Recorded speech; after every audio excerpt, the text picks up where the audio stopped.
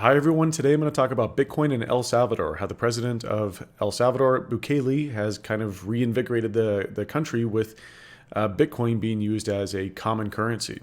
And before we begin, I want to give a shout out to Ledin. Ledin is the best place to earn a yield on your Bitcoin or borrow against your Bitcoin using it as collateral. I personally use the service. Definitely recommend you check it out. Link is below. Okay, let's go ahead and hop into the article. So I first write this in my newsletter called the Held Report on Thursdays. And if you're a subscriber of the Held Report, you can see this first Thursday. If not, you see it right now, which is on YouTube on Sundays. And so let's go ahead and dive on in here. What's kind of cool about the story of Bitcoin in El Salvador is that it started with an anonymous American donor who donated more than $100,000 to kind of get Bitcoin into the economy. And it was in the small beach town of El Zante. And they encourage businesses and people to use Bitcoin. So they encouraged some of them to accept it, some of them to save in it. They even rewarded students for doing homework. And I thought this was really cool because there's a very grassroots approach to Bitcoin adoption. Then tourists started to come in and look at this phenomenon. And this is where the name of Bitcoin Beach came from in terms of like a nickname of what it stood for. It's as one of the biggest Bitcoin experiments in the world. And so on June 5th, President Bukele, by the way, this is the guy right here. He's one of the youngest. Yeah, I think he is the youngest Latin American leader. He's, I think, 40 right now, but took office in his 30s. He's super popular in El Salvador, and he's really leaned into the Bitcoin narrative for the country. And he thinks it's useful for a lot of different reasons. So he saw what was happening in El Zante, wanted to really expand the scope of this.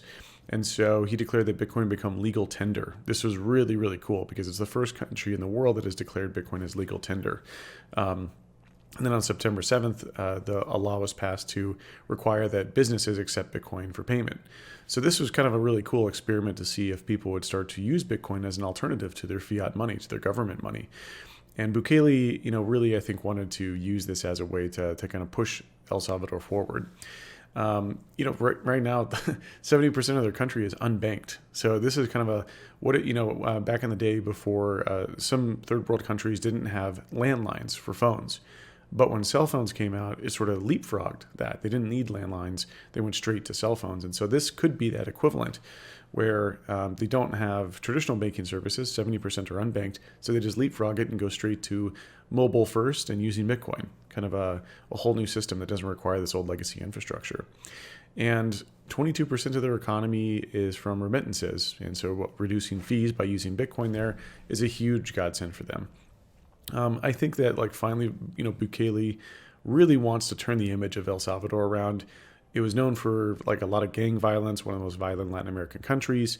And he wants to, use his influence to make El Salvador a center of innovation and be forward thinking. And I think he did a good job of that. Let's put it this way. I wasn't talking about El Salvador before he did this, and none of us had really heard about it. Before we begin, I want to give a shout out to Choice, one of my sponsors. As most of you know, when you hodl, you don't have to pay taxes. But what if I told you that you could hodl, and when you eventually sell your Bitcoin, you wouldn't have to pay any taxes then?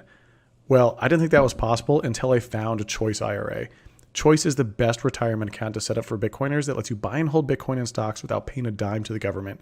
And how does that work? Choice is an IRA. They have IRAs and Roth IRAs, which means it's a special type of retirement account where you don't pay taxes if you hodl until a certain age, along with some other stipulations. And the best part, you can self-custody your Bitcoin with Choice, which means that you don't have to trust Choice or anyone else with your Bitcoin or your private keys. It's the perfect retirement solution for Bitcoiners. The best time to start stacking sats was 11 years ago. The second best time is today. Search Stack Sats in the App Store or choiceapp.io/held. Link is included in the description below. Go check it out right now. And so to promote the use of Bitcoin, the government created a mobile app called Shiva Wallet. And this is what it looks like. A very simple, easy to use app. They can use this app or they can use a Lightning enabled wallet. And what's cool is that they set up a whole infrastructure where they can convert $2 via an ATM or vice versa. So they make it pretty easy, pretty ubiquitous to use it versus, it could be a little bit more onerous, but they've got these ATMs that make it really easy. And then to bootstrap the movement, the government gave each citizen $30 worth of Bitcoin, which is awesome, especially since Bitcoin's value has gone up. And so when we look at the post-launch usage, he says, President Bukele said that 3 million Salvadorians, or more than half of all adults, have installed the wallet. Now, of course, are they installing it to redeem the $30, or are they actually using it and storing value in it? Tough to know, other than the El Salvadorian government. What's crazy, though, is that more citizens now have Bitcoin wallets in this country than traditional bank accounts.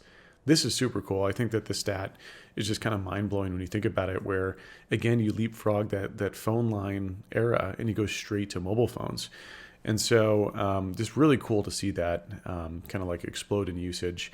Yeah, again, TBD on how real that usage is, though.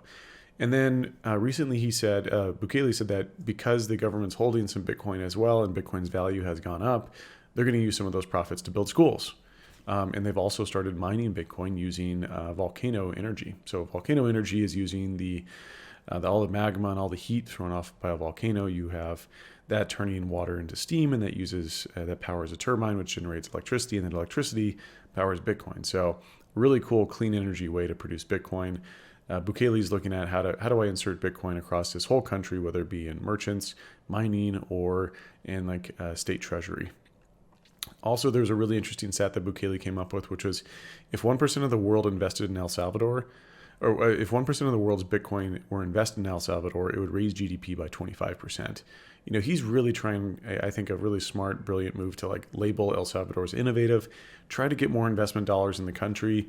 He's young, charismatic. I personally like this sort of, what he's doing here. It's something very different, and he's trying his best to, make this country, change the outcome of this country. He's also offered permanent residency to anyone who spends $125,000.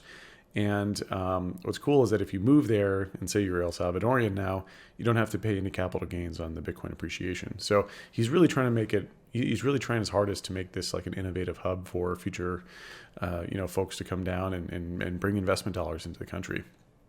And my take on this, though, is I'm a little bit cautiously optimistic.